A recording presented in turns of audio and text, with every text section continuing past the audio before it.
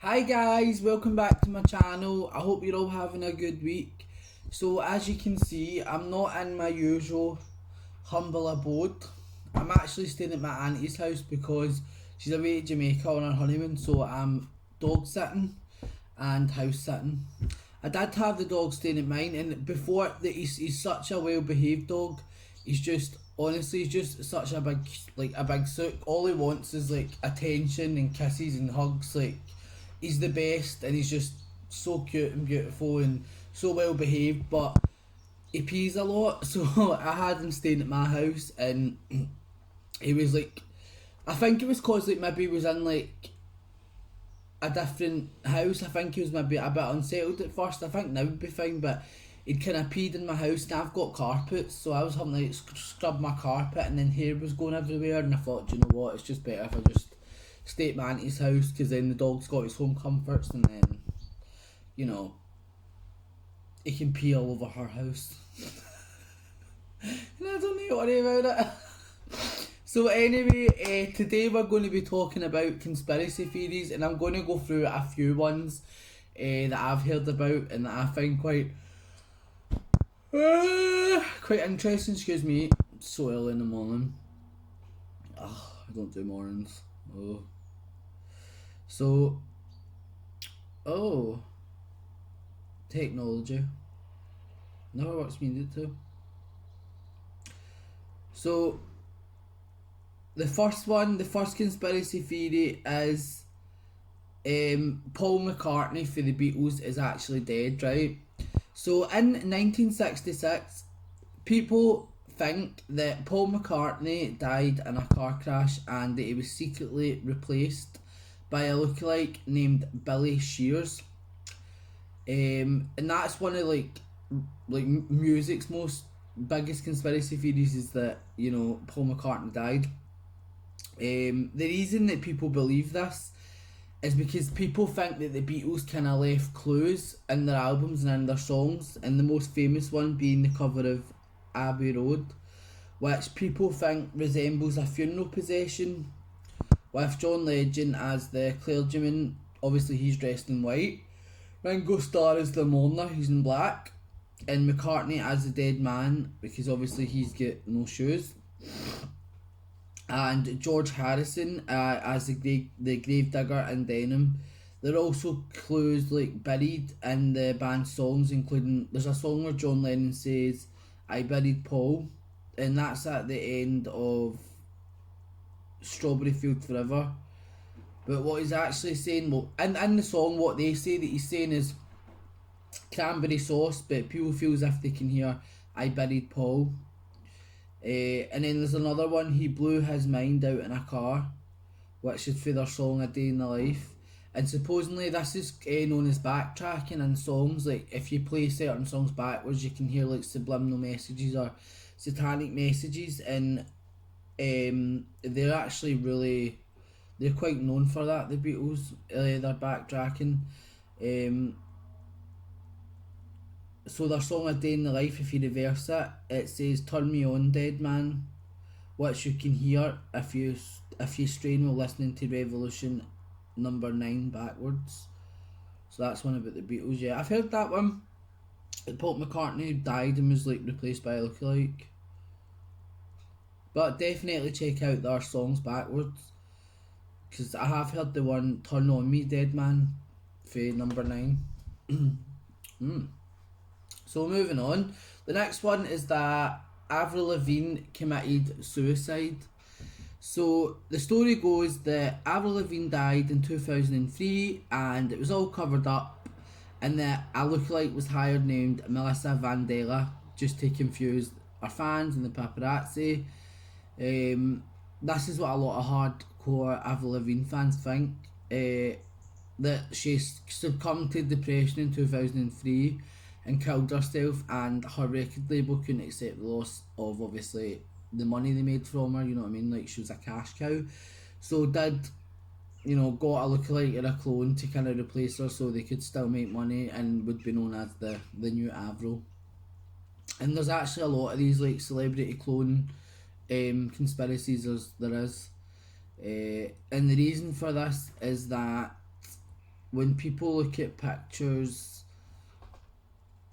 early noughties area, 2001, 2002, for up three, and then afterwards, if you put them side by side, people think that it looks like two different people, like the nose is different and there's slightly different features.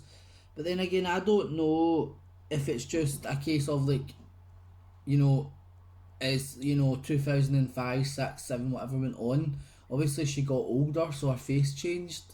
I don't know, but people think yeah, it was a lookalike. The most obvious fit is the girl who once sang about the merits of marrying the dude from Nickelback. So supposedly there's meant to be lyrical evidence.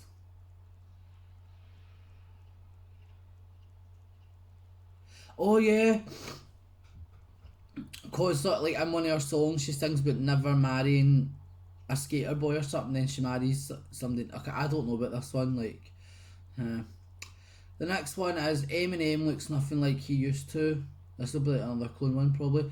This conspiracy theory has a few different forms. Well, obviously, some of which suggest that Eminem died of an overdose, and he was invited to enjoy the Illuminati. Obviously, there's no evidence. Illuminati, that's another one. And obviously, Eminem is known for having a drug problem and stuff like that. So people think that he was cloned and another version of himself was made, and this is another case that's made evident if with people comparing like their changing faces and how Eminem from back in the day and Eminem now look totally different. But then again, that could just be down to drug addiction, weight loss, weight gain, age. Yeah. But but then you never know. The next one, I've actually heard about this a lot as well, is that Stevie Wonder isn't actually blind. So what people believe is that over the years, he's faked being blind, and people have actually poked holes in this story. That the visual imagery in his songs and his preference for sitting courtside at NBA games, and his reputation as a childhood prankster. So people are like, if you're blind, why are you sitting courtside at NBA games? And you know, you're so creative with your music videos. Like, but then again, there might be people helping him with stuff like that, and just because you're blind, that doesn't mean you don't have an imagination. Come on, like you don't. You can still have an imagination and not be able to see, but be able to think something up in your head. But I'll read on a wee bit.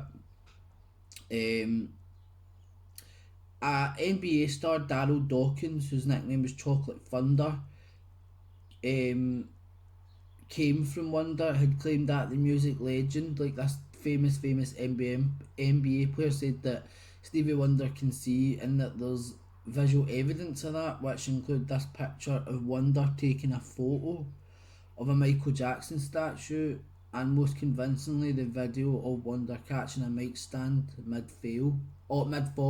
Alright, so supposedly there's evidence of him like taking a photo of somebody and taking a photo of a Michael Jackson statue, and something fell and he caught it.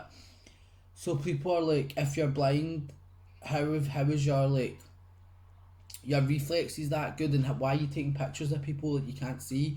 Then again, maybe that is just, obviously I am a conspiracy theorist, but I'm just trying to like debunk each one to what the reason could be for said conspiracy theory. Maybe just years, because he's been blind for years, he's kind of, his senses are heightened, his hearing's heightened, movements, vibrations, maybe like that's what it is, and maybe he's just so used to being blind, he's made it work for him.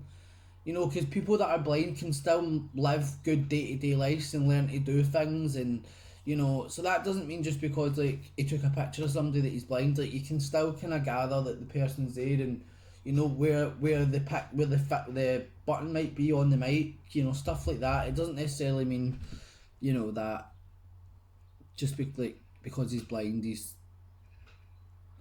like he can't do anything. Like, come on people.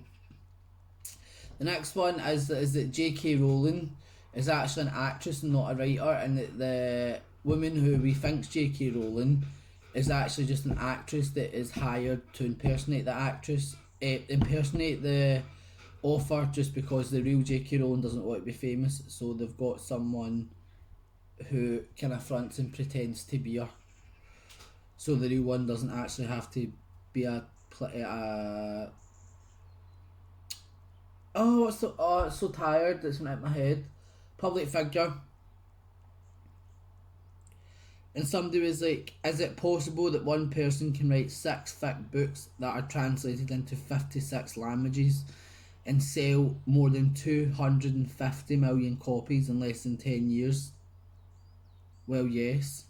If you're a good, dedicated writer that's good at your craft and you're disciplined and you're strict with yourself and you put in the work and put in the hours and you get it done, then yeah, I think that can be done. Especially if like it's your passion and you love it and you work on it every day, then yeah. But obviously people think the woman that we know as J.K. Rowling is an actress that's hired to be the face of the franchise and was cooked up by highly professional players intent on creating a multimedia cash cow. Now this one I can believe, that the real author who wrote it is behind the shadows and they've got an actress fronting it, or that big corporations have got several people writing the book and are pretending that one person is writing it just so they can create money, and obviously they get lots of money with Harry Potter, and they think that they orchestrated that to bring in money and revenue, which I probably because not the first time they've done it. So well, I can't say I know about this one. Okay. People think as well that the singer Lorde is lying about her age. They think that so people think that Lorde, the singer Lorde, to be honest, I only really know a couple of her songs. She's not really. Don't come for me, Lorde fans.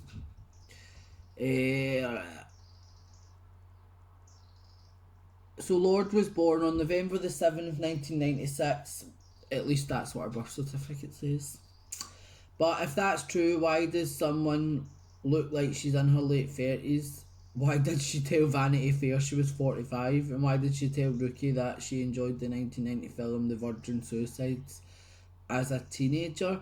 Here's why she thinks this theory is funny. Okay, so who believe that Lorde's actually like a 30-something-year-old woman pretending to be in her early 20s because she made statements about like enjoying a film in 1999 when she was a teenager, but obviously she wouldn't have been a teenager in 1999, she would have still been like a toddler. And obviously other things she said in her interview, like, yeah, I'm like a 30-year-old woman, but then again she might have been joking, but you know, hey, who knows. But I get what people mean, like Lorde doesn't look her age, but then that's the same for some people just look older than what they are, and that could be what that is, you know. The next one is interesting. A lot of people believe that the singer Katy Perry is actually the grown-up Joan Bennett Ramsey, and this idea came from a guy named Dave Johnson. He said that Ramsey's parents sacrificed the young beauty queen so that she could become a famous pop star later in life, and this point has been proved with photos supportingly showing Ramsey's parents are the same people, pretending to be the parents of Katy Perry character. He also blends pictures of the young Ramsey into pictures of a grown-up Katy Perry, arguing that their features line up perfectly. But some people say they don't, and it's just a coincidence that they look alike. Joan Bennett Ramsey was a pageant girl at the age of 2 or 3 that went missing. She's never been found, but we'll believe that it's Katy Perry. Yeah. This one, I've never heard of this. That Michael Jackson was really Latoya Jackson. Like Latoya Jackson and Michael Jackson are the same person. And she was actually asked about this, And her response was, "I've always been a very big supporter of Michael's career. We've always been there for each other, but we're definitely not each other." That's funny, that one. Oh. People, this one's famous as well. People believe that Blue Ivy's not really Beyonce's baby, or that she was a surrogate. And there's actually videos of like Beyonce going to sit down in an interview when she's supposedly pregnant with Blue Ivy, and her like stomach folds over. And obviously, if you're having a child, just like as if she's wearing like a fake baby bump. And obviously, if you're having a child, like your stomach's not going to like fold over.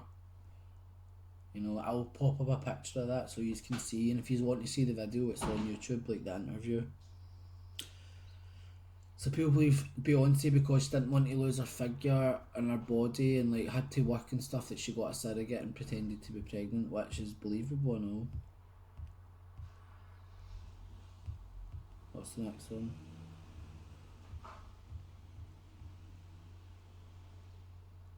Oh. People always believe that Nicki Minaj is lip syncing to sped up Jay-Z vocals. And people think this by slowing down Nicki Minaj songs and observing they sound exactly like Jay-Z.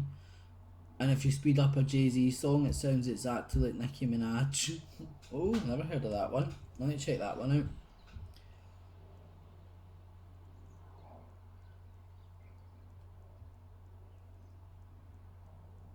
And people believe that Britney Spears is credited for at least one song her backup singer sings. Supposedly Britney's backup singer Maya Marie has appeared as a backup singer for Britney on several albums, but what some speculate is that Marie is actually singing the lead vocals on a handful of songs. The substitute vocals are different, such as Passenger and Alien, both from Britney Spears' 2013 album Britney Jean, have raised doubts among even Britney Spears' biggest fans, who suggest Marie is singing in her Britney voice nearly a year before Britney Jean was released. Marie's father told Star magazine that his daughter sings for Spears. The truth is, the backup singer can sound just like her. She has a knack, he said. He added that Spears' studio hired his daughter to even sing 7 of the 12 songs on Spears' album Femme Fatale, and that Spears didn't know it. Maybe Britney doesn't know whose voice is on her album, and it doesn't even interest her. Maybe she just comes in, lays down a track and leaves and doesn't care. Like, obviously with all the carry on going on with Britney, like, are being forced to work and stuff like that, yeah, I believe that they hired somebody that sounds like her to sing and do our songs, because maybe Britney was refusing, like, no, I'm not doing it, like, you're holding me hostage, whatever, like, I'm not going out there to sing, and they've hired someone that sounds exactly like her to sing the song so they can still get money and pump out album after album after album and make money off Britney while having someone else sing the tracks. I definitely believe that one. Well guys, I'm going to go and get some breakfast and a cup of coffee. Oh, by the way, do you like my hoodie? It's a snood. Only a couple of quid. I think you can get them in like home bargain stores and stuff like that. They're so comfortable. So that was a couple of celebrity conspiracy theories. There's more, guys. Just Google it, YouTube it. There's so many more. Some of them are a bit far-fetched, but some of them, as obviously you've seen there, are actually really, really believable. And me, myself, I can believe, especially the one about Britney. But I hope everyone enjoys the rest of their week. I hope everyone has a good weekend. Everybody stay safe, stay blessed, stay grateful. All my love. Mwah.